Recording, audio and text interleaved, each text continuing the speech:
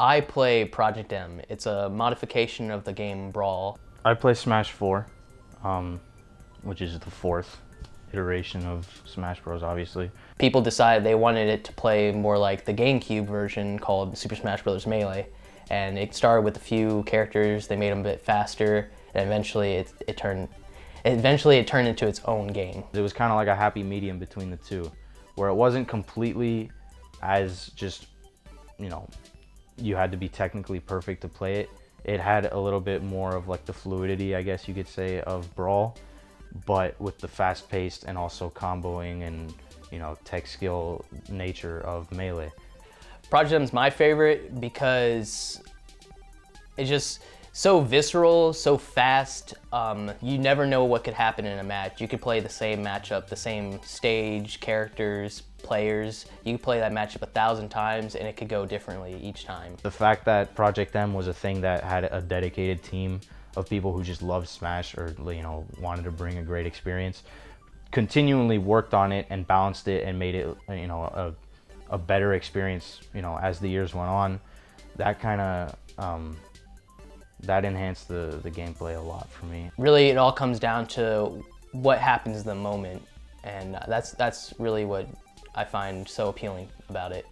What Smash 4 is to me is, it kind of streamlines, I guess, all of the technical stuff to where it's not arbitrary. I have played Super Smash Bros. Wii U, both competitively and friendly. I felt like when it came out, there's a lot of promise competitively for it. It definitely, it's the type of game where you can do one-on-one and all that, and really, it has the same elements. Yeah, it has the same elements of randomness, and you never know what's going to happen during a match. But it's a lot more controlled. It kind of took Brawl, and it was like, okay, here's all the things we did wrong. There's these things, there was random tripping in Brawl. He took that out. Just a lot of sped the game up immensely. The game is way faster than it was, which was mainly the appeal of people who stayed with Melee. It was just the speed. Sped the game up, polished things up, balanced the game. That was one of the biggest things. Almost all of the characters are viable enough to win you a game if you're good enough with them, which speaks a lot because there's 54 characters right now in Smash 4. Smash 4, it's kind of like a game of chess where you have to think 10 moves or so ahead of your opponent, and whoever can predict the most of what their opponent's going to do and relies more on reading your opponent and knowing your matchup and things like that. Whereas Project M is more about whatever's going to happen in the next 2 seconds and how you react to it.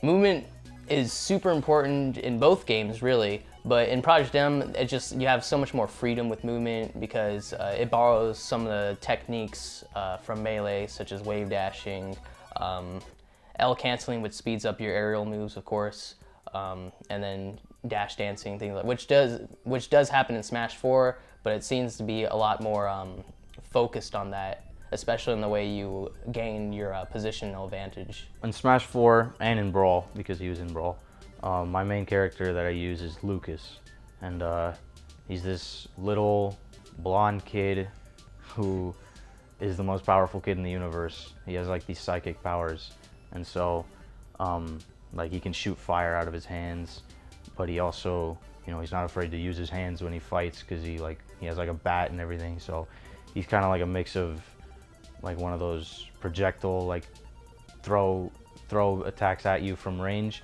but also if you get up close and personal, he's really dangerous as well.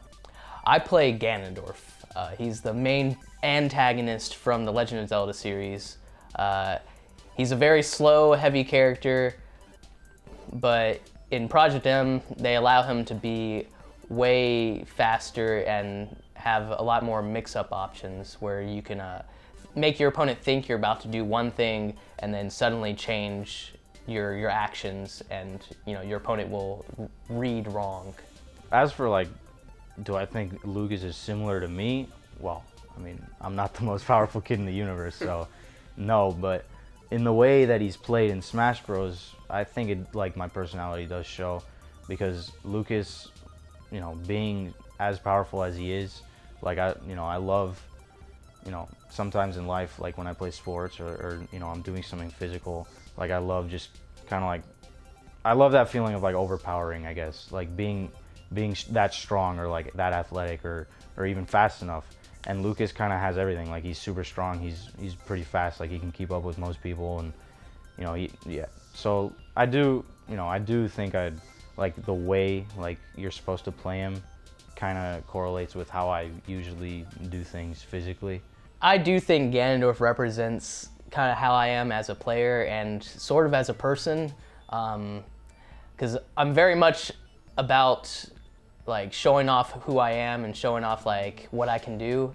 And Ganondorf allows you to like make, I guess, statements with your moves. The thing about playing someone like Ganon, I guess there is a bit of truth that you gotta like basically disrespect anyone you're playing. It's kind of like the mask you take on. Like you are just the villain, basically. I mean, Ganon is the king of evil, so to play him, you kind of do have to disrespect and not care at all about how someone feels when they play you, because that's just you style and you use these vicious attacks and no mercy. Him as a character is just like, he's also not the greatest character either, so I feel like that's a statement of how, even though I might not be the best player, like, and I might not use the best character, I can still make people excited and like generate a lot of hype. With Lucas, not that there's no mercy, not that there is mercy or like I let them off the hook basically, but I think there is like a mutual respect, I guess. Like I don't really go out of my way to like disrespect people or like make them hate me. Also, Lucas is just the kind of character, like I've said, like you just see him and it's like, wow, instead of, are you serious? Like that's the kind of feeling I usually get when I get like beat by a Ganon or like, you know, one of those characters where it's just like so disrespectful. During one of the Land Sharks tournaments here in Waco, we were doing our money matches, and I played against Hayden's Ganondorf, so we did 2 Ganondorfs fighting against each other, and that went to, it was best 3 out of 5. It went to game 5, and went down to last stock, and I knocked him off. I jump, I float above him, just waiting for him to come back. So patient, I just like went into a zen-like moment. I just waited, and then I come down with a move that goes diagonally downwards, and it sends him straight down and kills him, and like everyone just like exploded, the whole crowd. There's moments when you can't like control the emotion that you have, so you just like let out like intense yells and stuff, and that was one of those moments. I'm not gonna make that same noise now because the mic would probably explode, but. There have been times where I've been playing someone who I know is a lot better than me, and I had these moments of, I guess, inspired gameplay where I pull off the most stylish dunk, and there have been moments where even they, like during the game, kind of like when they just got dunked or when they just got killed, they kind of like let their controller go and they're like, whoa.